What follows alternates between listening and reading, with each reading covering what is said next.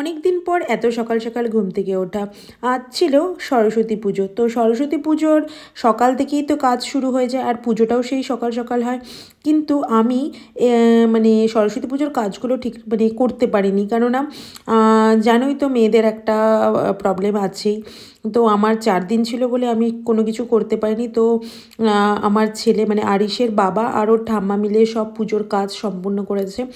ওর বাবা কোনোদিনও এরকমভাবে পুজোর কাজ করেনি, তো এই ফার্স্ট টাইম ছেলের হাতে খড়ির জন্যই সকাল সকাল উঠে পুজোর সব কাজ কমপ্লিট করেছে ওর ঠাম্মা। তারপরে আমার মামি শাশুড়ি, বড় মামি শাশুড়ি সবাই মিলে এই কাজগুলো করেছে। তো তারপরে ঠাকুরমশাই চলে এসেছে আর পুজো শুরুও হয়েছে। খুব সকাল সকাল পুজো হয়েছিল, তাই মনটা খুব ভালো লাগছিল, কারণ সকাল সকাল পুজো হওয়ার একটা মানে আলাদাই আনন্দ। আমার ঘরে শুধু পুজো নয়, আজ শুরু হলো একটা নতুন গল্প।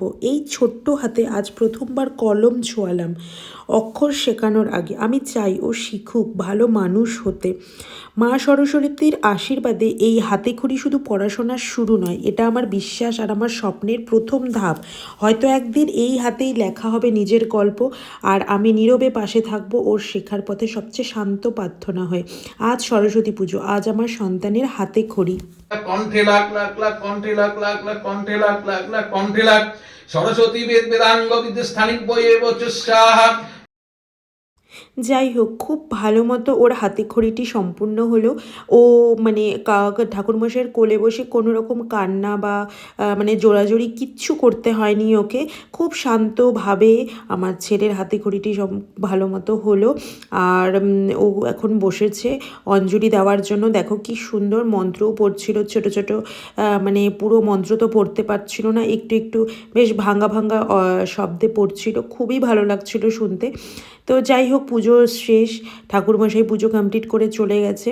তো আমরা এখন সবাই মিলে বসেছি ঠাকুরের ভোগ নেব বলে। তো মণিমা ভোগ টোগ মেখে দিল, তো আমরা ভোগ খেলাম। তো দেখো আমার ছেলের পাঞ্জাবির পিছনে আমি লিখেছিলাম আজ আমার হাতে খড়ি। তো তোমরা দেখে বলো আমি পাঞ্জাবিটি কেমন মানে আর্ট করেছি।